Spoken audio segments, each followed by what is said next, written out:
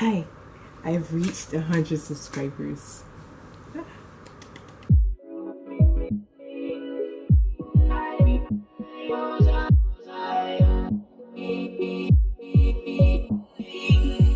First of all, I want to thank everybody who's helped me reach 100 subscribers.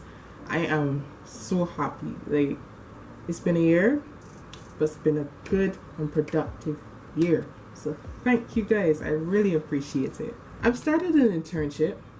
So from now on, I don't know how long. I don't know. I really don't know. But for however long, I am going to be busy. I'm tired. Very tired. So my videos are going to be a little more sparse, but I'm not going to disappear and leave you guys. This video is basically me making work clothes because I barely have anything in my closet to wear.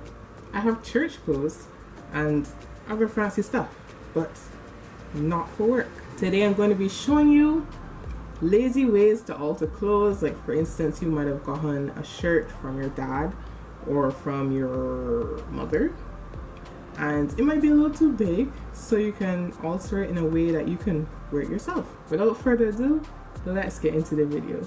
I'm going to start with one of the button-ups I got from my mother. It's like a burnt orange and it's a lot bigger than me. So what we're going to do is take in the sides and arms. To do this, you're going to first turn the shirt inside out, and then you're going to take a stitch from the arm, come all the way around based on the measurement you took from your arm and your waist. Here is a shirt that I did before, so you can actually see the difference by how much I altered it.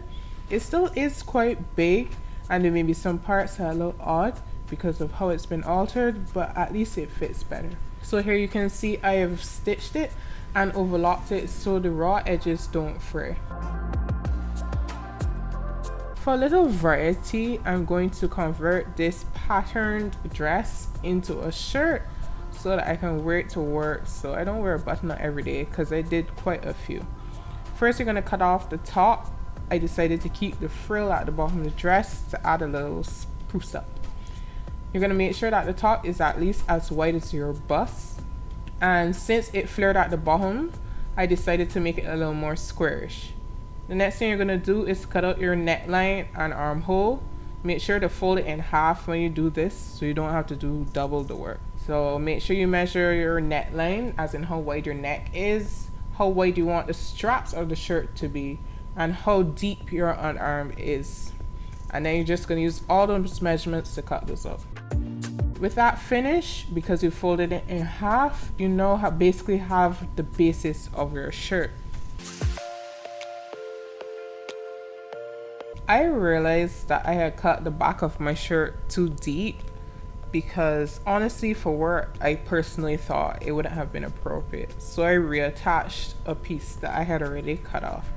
And if you notice, I had already sewn at the shoulders so I could try it on. I still had some scraps remaining from the top. To create the sleeves, I cut strips because I wanted to do a frill. I curved the ends so it would have a smoother look. You don't have to if you don't want to.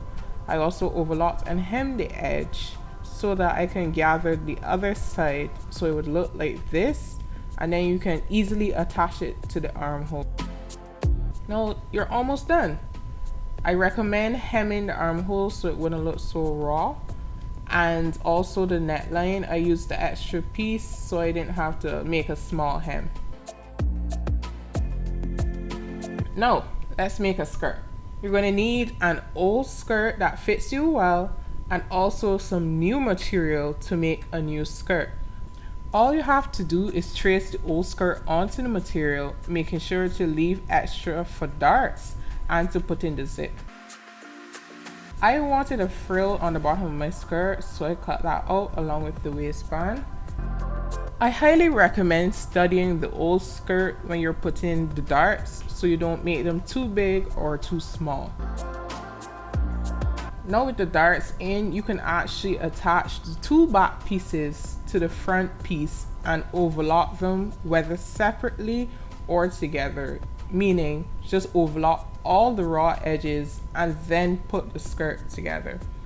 At this point, I highly recommend ironing flat the 2 inches that you save for the zip, so it's easier to install the zip later. Now I'm going to work on the frill. To do that, I was going to do pleats, but I realized it was taking too much material, so I simply overlocked all the raw edges except the top where I was going to gather it, and hemmed the bottom.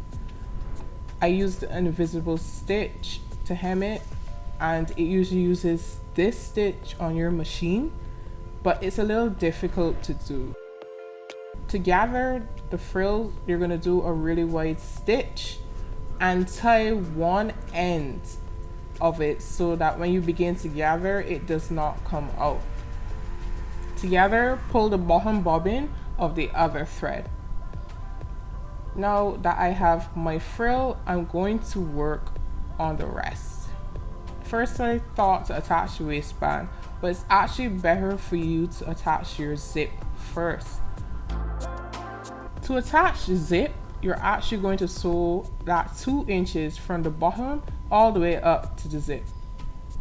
And the first step of attaching the zip itself is to sew one side right against the teeth of the zip.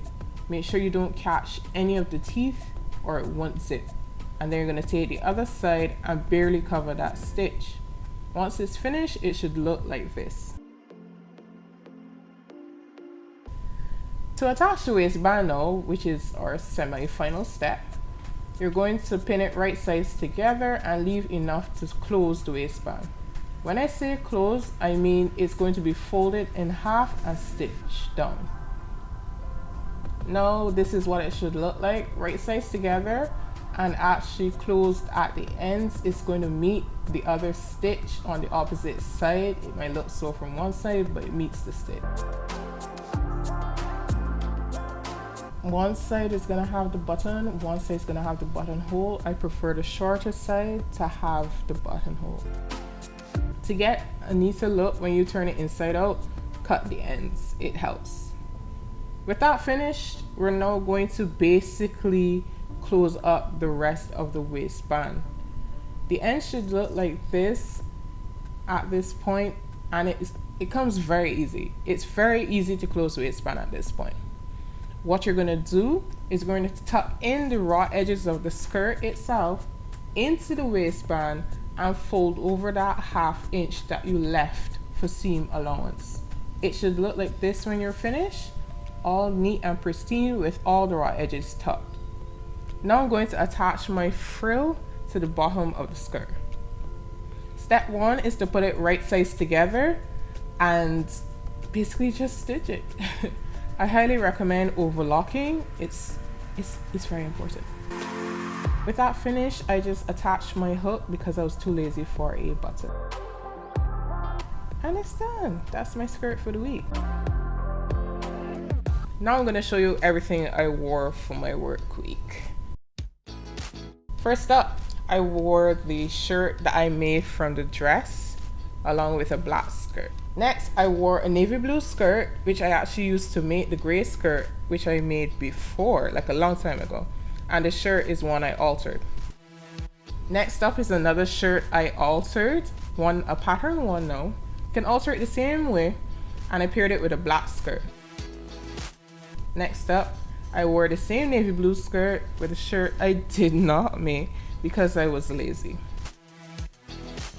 Next, and finally, I'm just modeling the skirt for you guys to see because I actually did not wear it this week. It was casual Friday, guys. That's it for this video, guys. Don't forget to like, comment, and subscribe. Thanks for watching. Bye!